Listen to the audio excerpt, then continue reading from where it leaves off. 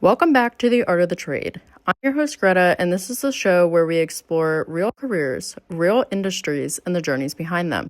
Today, we're joined by Emily, a registered dietitian. Today, we'll talk about what being a long-term care dietitian really means, how she built her career in healthcare nutrition, and what food truly means when it comes to health and aging. So let's get started.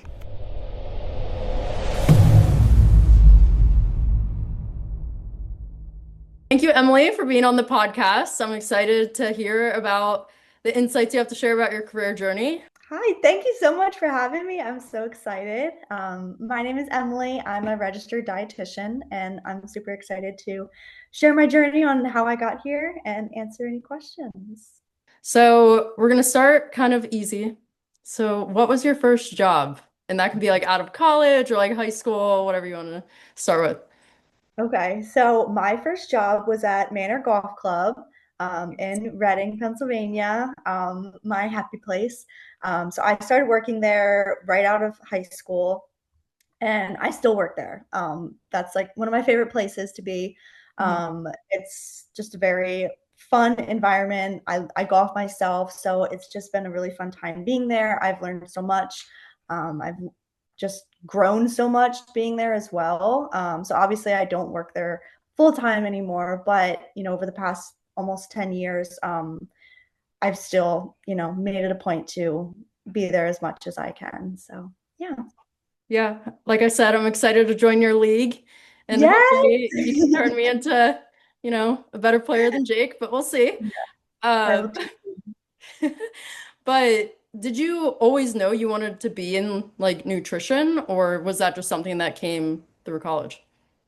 Yeah, so it's kind of like an interesting story. So growing up, my mom has always like instilled, I have two younger brothers, and she's kind of always instilled in us like always make sure that you have a job and career that you're able to support yourself in. And she kind of always mentioned, get into healthcare, you'll always have a job, you'll always be needed. So that's kind of always been something that she's instilled in us, and not with any pressure, but just kind of encouraged us to. Hmm. So that's kind of always been in the back of my mind. Now here we are, me and my brothers are all in healthcare. Nice. Um, but so that was kind of always in my mind. I didn't know exactly where in healthcare I wanted to be. And then junior year of high school, I was having like crazy pains and like abdominal pain, and it took a really long time to figure out what it was. Hmm. Turns out it was kidney stones, which are very hereditary in my family. But usually, as a high schooler, that's not very common. So that was not the first thing that the doctors thought it was. So during that whole time of trying to figure out what it was, I was going through so many different diets. Celiac is also in my family, so I was doing gluten free for a while, trying to just find different diets because we thought it was some type of intolerance or allergy or something like that. So then, obviously, fast forward, we find out it was kidney stones, which was not fun. Yeah. But just within that whole experience, I just found it so cool and amazing how much food impacts your body and how it can make you feel, how it can help you, how it can possibly hurt you if you're allergic or anything. So I was just fascinated by that, and that's kind of where it stemmed from that. So then, senior year, I started applying for places, and I got into Westchester University. So that's where my career started. Well, not my career, but my love for nutrition and studying that. So yeah, so then I feel very grateful that that's what I went into college for, and so many years later, I stuck with that, and I still love it just as much. Mhm. I feel like that can be rare sometimes, going into college and not knowing what you want to do. That's so crazy. Yeah. So yeah, that's where it Yeah. stemmed from. Yeah. Awesome. Yeah. And I think I talked to you before. I am not a person that really, I take my health seriously, but when it comes to food, Mhm. I'm not intentional about it.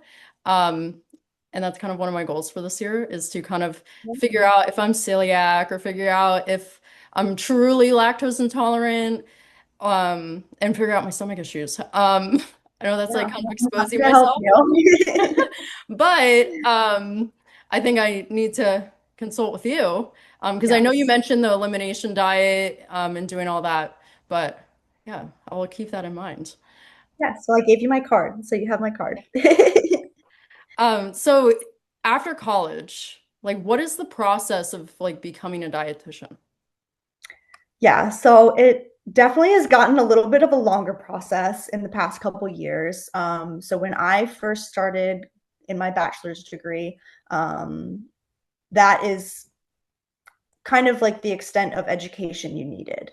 Mhm. You only needed your bachelor's degree, and then they added, I forget exactly what year it was, maybe 2021 or two. They added that you have to have your master's degree too. So I was technically grandfathered into that. But because at the time I was graduating, that's kind of when other people started getting their master degrees. So I just decided to get mine as well, just so I can be in that advanced, criteria. And, when I'm looking for jobs, just to have better competition. Mhm. So yeah, so you need your bachelor's degree in with specific classes, and then you have to get your master's degree in some type of nutrition, health nutrition. So I did both of my degrees through Westchester University, Nice. and then you need a dietetic internship, which is about 10 months long, full time, unpaid, 1,000 hours of supervised vision, um, of being in the practice, working within different facilities, different places where dietitians work. So that was another big thing. And then after those three things, then you get to sit for your registered dietitian exam, which is also a long process. Lots of studying, lots of tears and pain, but we made it out on the other side. And then you do have to do continuing education as well.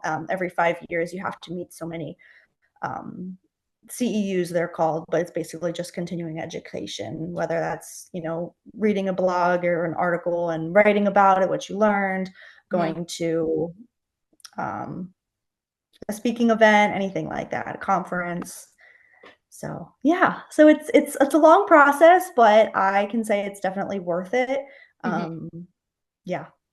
Yeah, Mhm. because I feel like it's fascinating because when I got my master's degree, I kind of just got my master's degree and called it a day.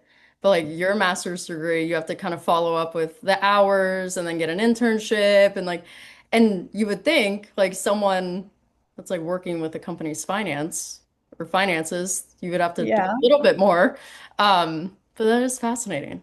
Yeah. Yeah. So I'll learn something new every day, I guess. But I guess that kind of leads to the next question of people. I mean, I do have to say, before this, I was like, oh, Jake, she just works with food. Like, yeah, she so probably much just, to it. right. But then it's like the more I looked into it, I was like, oh, wait, she does a lot different than like just looking at food. So like on a daily basis or like even just like in general, like what do you Yeah, do? I am a long-term care dietitian in Lancaster. So I work at a facility with three different levels of care. So we have our independent living residents where they live in the cottages or apartments and they kind of do their own thing, but they're within our community. So they kind of reach out to me as needed, or I'll do like different. I do like quarterly talks with them, where like a presentation where they can sign up and then come listen to me yap about nutrition. Yeah. And then we have personal care, so they can come and go as they please, but they need more help. They need help with their medications, things like that. They come into our dining room. We feed them 3 times a day. And then we have our skilled care unit, and that's like our residents that need a 24/7 care. So that's primarily where I am. I'll same with personal care with independent living. Like I work with them more than independent living, but not as much as my skilled care. So in skilled care, I have about 90 residents, I would say, long term. Some people do come for rehab, that come from independent living. They just broke a hip. They had something, they were in the hospital because they were sick, something like that. They'll come to us, stay for a couple weeks, we'll rehab them, and then they'll go back to independent living. Or sometimes they'll end up staying with us or go to personal care. But that's kind of the gist of where I am. But day to day, so I'm the only dietitian at my facility, between all these levels of care. So it can be a little crazy. And then I'm also one of the kitchen managers. So I really love my job because I get the clinical side of things, and then I also get the food service side of things. So that's been a really cool avenue to learn, especially as my first job as a registered dietitian. Mhm. I've also been there for a little over 2 years now. So I've been very gracious to be there with everything that I've learned and grow as a dietitian. But day to day,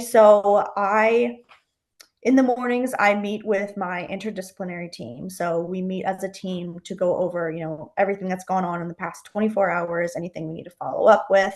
So that's with, our nurse team, our nurses, our therapy team, social workers, activities. I think that's everybody. I'm probably missing somebody. But yeah, so we kind of just all meet as a team for about 40 minutes, just kind of going over everything, plan for the days. And then I do my rounds for breakfast and lunch. I'm usually not there for dinner, but during breakfast and lunch, I just kind of walk around the residents when they're eating, making sure everybody's eating. If they're not, seeing if there's an alternative we can give them. Just try to notice any of their eating habits if they're changing, making sure that they're getting the right food based on their diet. If they don't like something, giving them an alternative, seeing if there's any chewing and swallowing issues. A lot of times, if we have a new resident, I like to see them during meals just to kind of see where they're at, get their food preferences, things like that. And then also make sure that our food looks good, making sure that the temperatures are correct, making sure that everything's dated and labeled in the fridge, and all that fun stuff. Making sure that they're wearing hairnets and gloves, and all the little nitty gritty things that my Mhm. dining aides I'm sure love. And then so that's two of the biggest things. And then I have to do assessments on them. So quarterly, we do assessments on each resident, just making sure that they are, not losing weight or having any weight changes, making sure they're on the right diet, eating enough. I look at their labs, their medical condition, any acute changes going on, anything that I need to make adjustments for supplement wise, diet wise, anything like that. So I'm very hands on, being with my residents, which I'm very grateful for. And that's part of the reason why I love my job so much. Mhm. And then throughout the week, we have a lot of conferences like with families and the residents, just kind of going over how they're doing. So we have quarterly care conferences with residents. If they are not able to cognitively be there, usually it's just the family that's there, but there are a handful of residents that also participate in the meetings. And as a team, each discipline just kind of goes over, how they're doing and any updates with them and answer any questions or concerns from the family. So Wow. that's, and all the menu changes, that's another big part of it. Yeah. Going through the menu with substitutions, extensions. We do have therapeutic and other kinds of diets that we offer for the residents. So making sure that each food item is appropriate for this diet and making sure that they are all coming across correctly on the meal tickets. So it's a lot of nitty gritty little things, but yeah, so that's kind of Yeah. a gist what a day in my life looks like. Yeah. And to go back to my comment, you definitely don't just work with food. Yeah, Like it sounds like you have some quality control stuff in there and yeah, like kind for of just sure. like making the plans. So you have a lot of fingers dipped in the business there, which, Yes, like I quite a few. said, is news to me. Yeah. But yeah, so like I know, and maybe I'm completely wrong, which 99% of the time. Um, so there's like if you work for the giant company, there's like a nutritionist there who does like kind of like meal preps or recipes. So what made you go into like kind of long-term care and like this side of being a dietitian? Yeah, so it's funny because I feel like I always said, earlier in my education and everything, I always said, I'm never going to work in long-term care. Hmm. And it's funny because I remember sitting in my internship and we had a dietitian come to speak to us, and she was a long-term care dietitian, and she said the exact same thing. She said, I always said I'll never work in long-term care, and here I am how many years later. Yeah. So it's kind of funny how people say never because then you end up in the craziest situations. Hmm. But realistically, when I was job searching, this just kind of was the main thing that fit kind of what I was looking for. I knew that I loved being able to create relationships with my patients, clients, residents, whatever that looks like. I knew that I didn't like if I was in a hospital, I would see a patient and then I would never see them again because they would be discharged maybe the next day. Hmm. So I knew that I didn't want to be in a hospital setting because of that reason. I knew that I wanted to work with a team and be more clinical at first, just to make sure that I have all of those skills going to be starting as a dietitian. So that kind of all of these little things just kind of led me in this direction.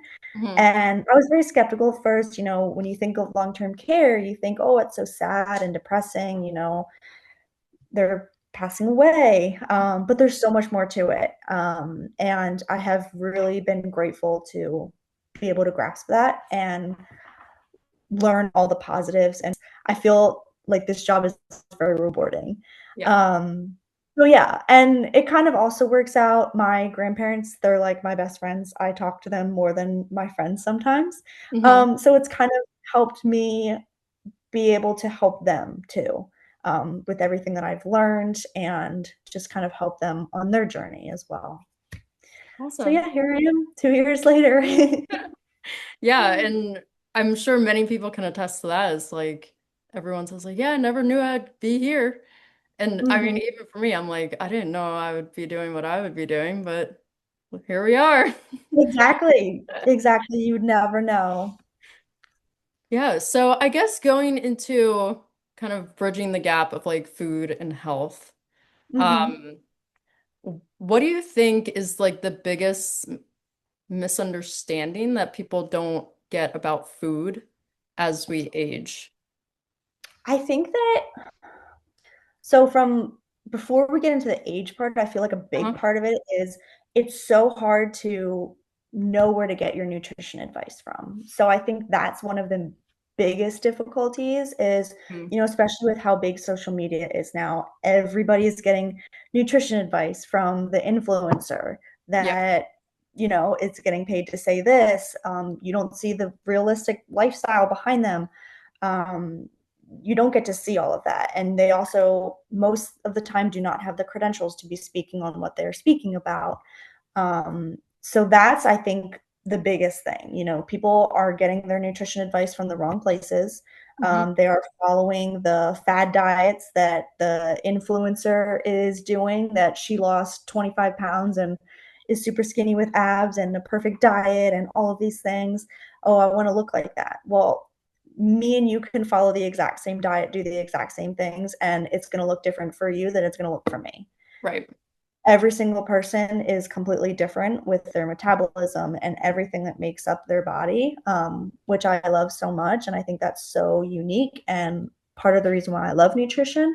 Mhm. So I think that that is a big thing too. But then also, as we age, I think that it's important for people to realize that our nutrition needs also change as we age. And there's so much to that, depending on our physical activity level, our age, our gender, our weight, our health condition, how our metabolism works, our environment that we're in.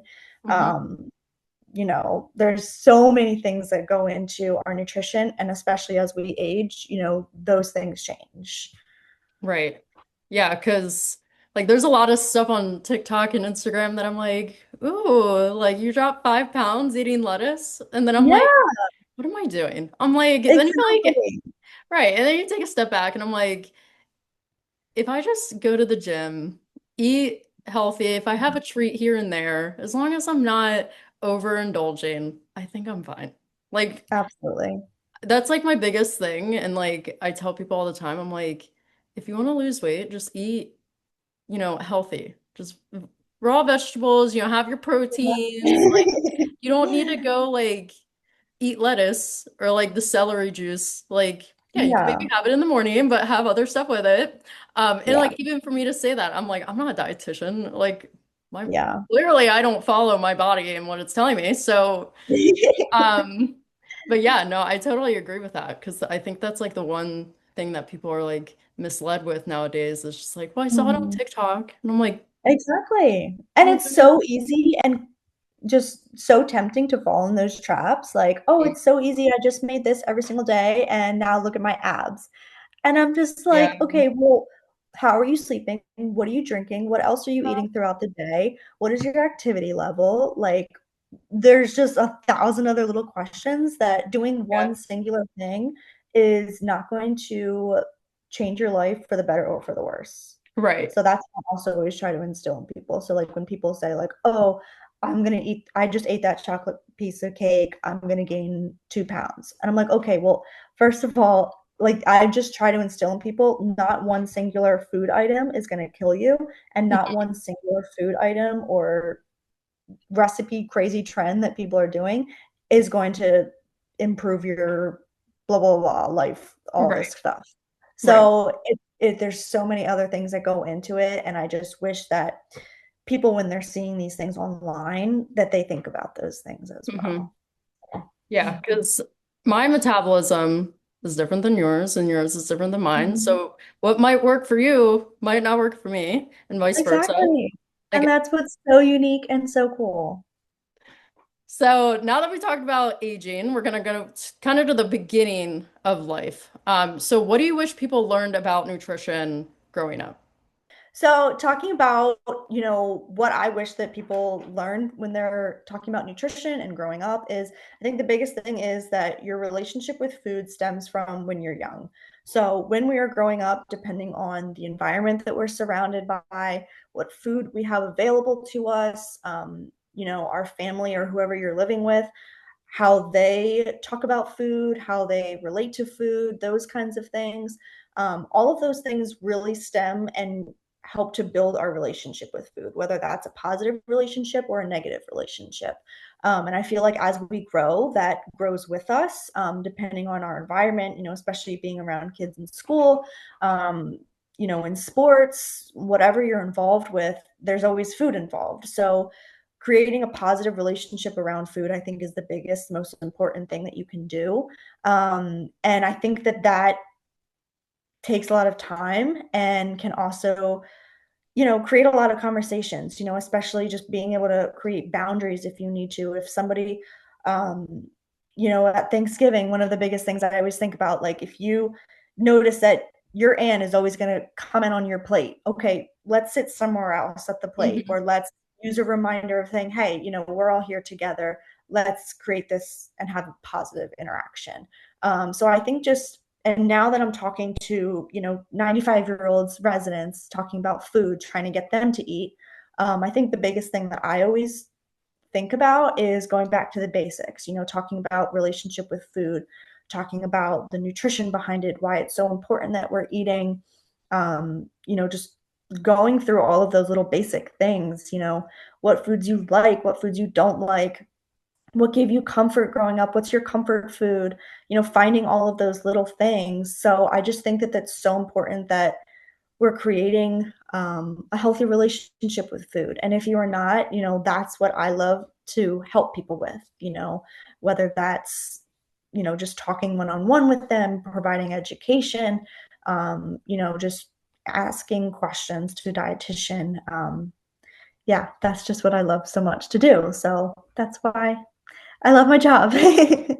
Yeah, and I kind of resonate with that. So like growing up, my mom, and this might be traumatic, she would show us like Food Inc. and like Super Size Me, like those documentaries.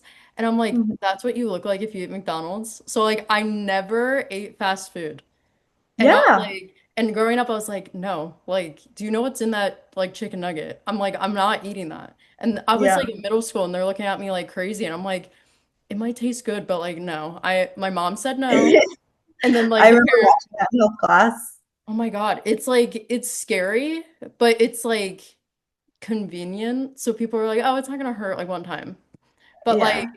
like granted, I eat at Chick-fil-A, but no, like I definitely agree. I think whether your influences are positive or negative, it's good to kind Mhm. of like determine that. And if it is negative, get into environments that could help you either get to positive or Mhm. either talk to a dietitian.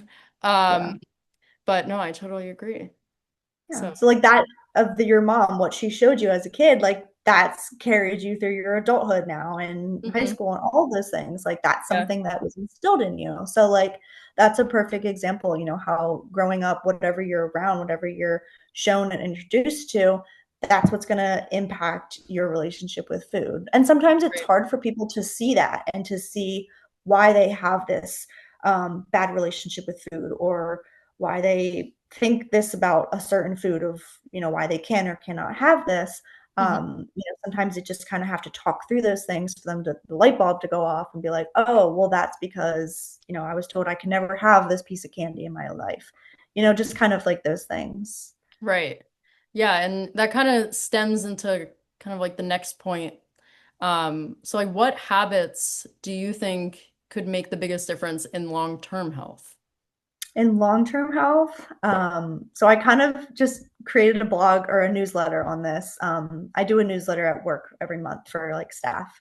And my January one was kind of talking about New Year's resolutions. I feel like it's so common that we see on social media or people talking, especially at work, oh, my New Year's resolution is to be healthy, to go to the gym, to eat better, all these things. And they all sound great and they are great. But I think that the biggest thing, when you're talking about that, well, how is it going to affect you in your long-term health? How are you going to incorporate that into your long-term health? So I think that the biggest thing, and something that I really tried to emphasize in this newsletter, was you have to be consistent and you have to be realistic with yourself. So when you're talking about these things, something that I kind of came across, this question that I used in my newsletter that I really loved was, think about the why. You want to be healthy, you want to eat better. Well, why? Why does that make you feel some type of way? What does that look like in your everyday life? How is that going to impact you? And so if you actually sit and think about, why is it important to me to eat healthy? Well, it's important for me to eat healthy to make sure that I'm getting enough nutrition, to make sure that I'm strong enough to be able to do my job, to be able to hold up things or carry things, or be able to run. I want to be able to work out outside and swim, whatever it is, finding that why behind your goal, I think is so important, and something that I kind of haven't really thought about in a while until Mhm. recently. And I think that that can really impact, what kind of habits you're creating. Um, but also, talking more about like food and nutrition, and habits, being able to be consistent with yourself, be realistic. So if your goal is to eat better, the person next to you at work, they meal prep, for all 7 days a week. Every Sunday, they meal prep every single lunch for the whole entire week. Okay, that sounds great, but is that realistic for your lifestyle? And that might not be realistic, and that's okay. But if you like that idea, we'll take it apart, take something from that, say, okay, I'm going to make some kind of snack just for the week for work, or I'm going to wash my berries and my vegetables so that they're readily available for when I want to snack on them. You can kind of take apart different things that you want to incorporate and make them realistically good for your diet or for your lifestyle, and just kind of how that works out for you. Every goal is not going to look the same for everybody. And I think that that's important to note. But something else that I always try to talk about is, always like my biggest like nutrition thing that I always talk about is, you always want to add to your plate rather than subtract or restrict. So if you have, chicken and rice, that's my brother's favorite thing to make. I feel like that's such a typical gym boy thing, Yeah. that they eat chicken and rice. They love it. So, but when I have the chicken and rice, I'm like, okay, what can I add to this? I'm gonna add avocado for some healthy fats. I'm gonna add some feta cheese for some more healthy fats. I'm gonna add some lettuce for a good crunch. I'm gonna add cilantro for more flavor, and then I'm gonna add a wrap for to make it a whole complete meal and have some carbohydrates in there too. So there's always, something that you can add for nutritional value, for flavor, anything like that. So that's kind of my biggest takeaway from, different habits. You just kind of want to focus on how are you going to fuel yourself and how are you going to sustain that energy for what you need for that day. And every day is going to look different too. You might be more active on this day than you are tomorrow. So Mm. how can you set yourself up for success for today and make sure that you're doing all the right things? I feel like I also go back to the basics with that. I feel like when people are creating habits for themselves and they want to be healthy and all these things, that's great. I feel like there's so much out there that people try to take, oh, I need to have this supplement, I need to get this protein drink and this new trend that they're talking about and make this. Mhm. But if we go back to the basics, let's make sure that we're eating enough, that we're getting enough of the macronutrients.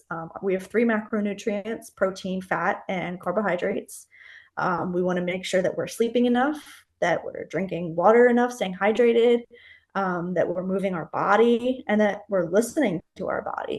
If we go back to those basics, like that's where you need to start. You don't need to go spend $50 on this supplement that your favorite influencer is talking about. Yeah, You need to make sure that, all right, well, if you need that supplement, well, why do you need that supplement? Are you not getting enough protein? How can we get enough protein in your diet, first off, before you go right. spend, X amount of money on something with 900 ingredients, Right.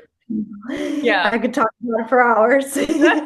Yeah, and like I'm kind of at fault for that. Like one of my goals this year is to be more intentional. Like I do have eat healthier, which like I eat healthy already. So like going to your point, like don't be too harsh on yourself. Mhm. But I put be intentional because it kind of goes back to the why. So like if there's an ice cream or, a cup of berries. I look at them like, okay, well, why did I put eat healthier on my goals? Because I want to run a Mhm. 5K. I want to eventually hit the full marathon. And like even when you were talking about listen to your body, it's like I've learned this the very hard way. I have really bad shin splints and I've had them for like 6 years. Oh gosh. And I was like, yeah, I'm running three to 3.5 miles a day. Like I feel great. And then Jake and I played tennis, and I was like, oh my God. I was like, Yeah. Jake, like Ow. I'm hurting. And like I would just be like, oh, I'm fine, and go to the gym the next day and just like run through it. But now I'm like, Mhm. no, I need to like take the time because I told my dad, I was like, Dad, by the time I'm like 40, I'm gonna be like Iron Man with like metal plates Oh if I don't gosh. listen to Don't my want body. Like my that. shoulders are terrible, my knees are terrible. Yeah. Um, so like I totally resonate with that because I need to not only be more intentional, but kind of find Yeah, like that why am I doing it, not only for the short term, but for the long term. Um, absolutely. yeah. What would you tell someone that is interested in being a dietitian? Oh, I would just tell them be passionate about it. I would tell them do not give up on it. It is a long process, as I already mentioned, but it's worth it if you're passionate about it, of course. I think the biggest thing is put yourself out there, create your own opportunities, reach out to other dietitians, ask questions. Um, I think putting yourself out there is the biggest thing.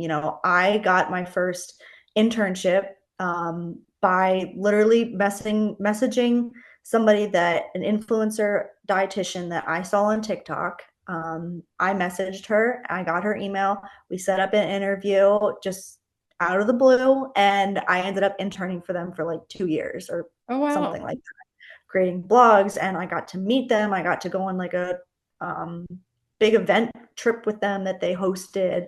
And then she ended up one of the dietitians ended up being my preceptor for my dietetic internship. Like it Oh wow. created so many awesome opportunities for me, all because I messaged this dietitian on TikTok, which Yeah. just sounds crazy, but you can't be afraid to just put yourself out there, because that's how you have to network. You have to advocate for yourself. You have to create those opportunities because no one's going to do it for you. So yeah, that would be my biggest advice. Yeah, I tell anyone that I truly know, I'm like I'm one of those people. I live on LinkedIn, So I was like, you know what, I'm just gonna connect with her, see what happens. If she doesn't respond, then like who cares? Yeah, But I'm one of those people that like will like message people and be like, oh my God, congrats on your 1 year, even if I don't even know them. And then they'll be like, yeah. oh my God, like thank you so much. Like, can't wait to stay connected. And they'll be like somewhere that works at like Nike that I like don't Yeah, even know. But like it's just a connection to have because you never know, absolutely. maybe one You day I never know might. where that's going to lead you. Yeah, Right. right. So yeah, so I've been resonating with a lot of your answers. Yay. And I'm like, maybe Love you're it. my dietitian. Yeah. But yeah, so like I know you touched on this earlier, but like what's the most rewarding thing about working in kind of like healthcare and long-term care? Yeah, I think that that can be tricky, because of the setting that I live in. Obviously, it can be really sad, but being able to find the parts that are rewarding, I think being able to create these long relationships with my residents, getting to know their story, getting to know their habits behind eating, getting to hear about their experiences with food and, different things that they ate in their life. Just getting to hear those things and then, being able to help them in any way I can. Obviously, our diets are not restrictive at where I work just because of the setting that we're in. I want them to enjoy their food rather than it being restricted. Our diets are definitely liberalized compared to being in the hospital. Um, but obviously I still work with every individual, finding them the specific diet that they need, um, trying anything and everything to get them to eat if they're not eating, as our taste buds really change and sometimes really decrease as we age.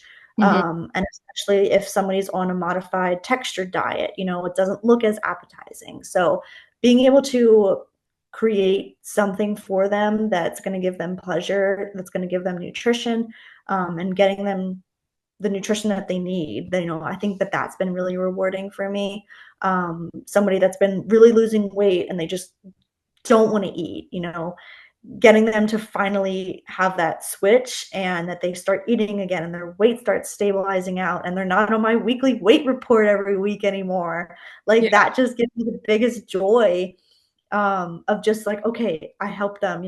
I saw this in their labs and they were deficient in this, so that I switched this around with their diet and their supplement and whatever it is. Like just those little things, and getting them to come out to the dining room after they've been eating in their room for so long.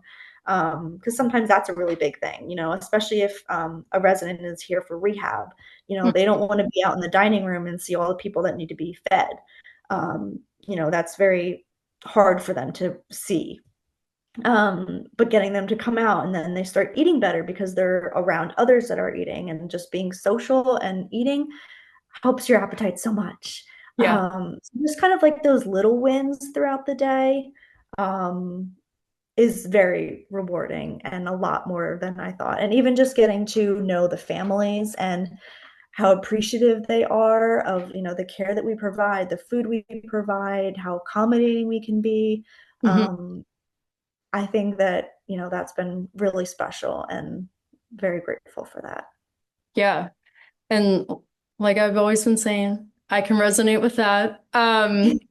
Because when my grandma, when she was 97, she had dementia and it was like kind of hard for her to navigate. And then she broke her Mhm, hip.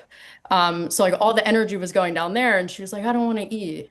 And I'm like, I'm not a mhm. dietitian, but I was like, come on, when you eat, you get all the energy, you get the nutrients back Yeah. in. Because she grew up kind of like on a farm, so she's used to like the chicken, all the meats. So Yeah. I cooked her chicken and rice, the basic, and then had some broccoli, but like made it so it was easy to digest. She's like, "Oh, this is really good." And then that made her Oh, kind of come back out because she's like, yeah. "Oh, wait, like there's gonna be like chicken and rice and like all stuff." And Yeah. I'm not saying we never fed her that because we definitely did. But it's like when you're at that age, I always like tell people that it's like kind of starting back when they're like babies. So Mhm. it's like Yeah. you have to take care of them every step of the way, getting Mhm. up, walking out to the kitchen, maybe feeding Mhm. them. Um, so no, I can definitely see how that can be rewarding. and even them just coming to the dining room and being like, oh my gosh, yes. It's like the small wins, you know? Absolutely. Yeah. And it's funny because I work in Lancaster, so a majority of my residents, I would say like 90% of my residents either were farmers or grew up on a farm. So Yeah. that's all of the foods that they, Lancaster, Mhm. county foods, that's what they want. Yeah.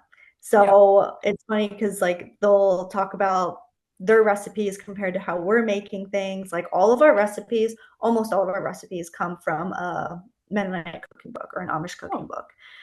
So like when I tell people, their eyes just like light up and they're like, oh my gosh, like cream chip beef, that's my favorite. Like I love that. Ham yeah. loaf, like we find, foods that they eat, that Mhm. they grew up eating, that's going to give them comfort and pleasure. And that's the biggest thing. Like my biggest thing Right. is just making sure that you're eating, making sure that you're not losing weight. Yeah. So yeah, it's special to like find those different little things that they end up loving, and then it brings them out, and they're Yeah. like, "Oh yeah, I do like eating." Yeah. Yeah. Like I said, it's small wins sometimes that will carry you through. Absolutely. But the Mhm. final question. So, like looking at your whole career and education kind of journey, what is the biggest lesson that you've kind of learned about not only being a dietitian, but also just like about health, aging, and kind of caring for others? I would say the biggest takeaway is being able to meet the person where they're at. No matter who I'm talking to, whatever stage they're at in their lives, in their nutrition journey, being able to meet them where they're at, whether they're ready to make the changes that they need to make or Mm. they're already making them. Every single person that I talk to and counsel and whatnot, um, it's going to change. Mhm. With my conversation with this person is going to change when I talk to this person. I need to know, what your stages of change are at, what you've been doing, what your lifestyle looks like. So I think just going back to the basics of, making sure that you're eating enough whole foods, your routine. Um, I think that I would say is my biggest lesson that I've learned about, because you learn about all these things and how to help people in our classes. And, Mm. I just want to blurt out and give you all my nutrition advice and education. And I know exactly what you need to be doing and how much you need to be eating. But if you're not ready for all those things, we need to go all the way back to the basics, and we need to start from wherever, whatever stage you're at. That's where Mhm. I'm going to meet you at. And I do a little bit of counseling on the side, and so that's something that I've really tried to, be able to work with everybody on, and because Yeah. everybody's at a different stage and everybody's looking for something else, there's something different. So being Right. able to accommodate them and find what they're looking for is important for sure. Awesome. Well, I lie. I do have one more question. Okay, bonus question. It's like the double jeopardy here. Um, Yeah. if someone is looking to be a dietitian or they have questions, Yeah. where can they find you? So I would love anybody to reach out with my questions. So I have a nutrition Instagram, Emily Gold Nutrition, I believe. So if anybody ever has any questions, or wants to do any counseling with me or has nutrition questions for themselves or they want to be a dietitian, I'm so happy to help anybody with whatever that they are needing. So yeah, please reach out with me. Any questions, I'd be happy to answer. Awesome. Well, I want to say a huge thank you to you for, sharing your insights and expertise and hopping on a Zoom at 6 p.m. because I know that's not the funnest thing to do in your evenings. I love Um, it. but, guys, don't forget to follow the show. We drop new episodes every Tuesday, so we will see you next week. Thank you so much for having me. This has been great.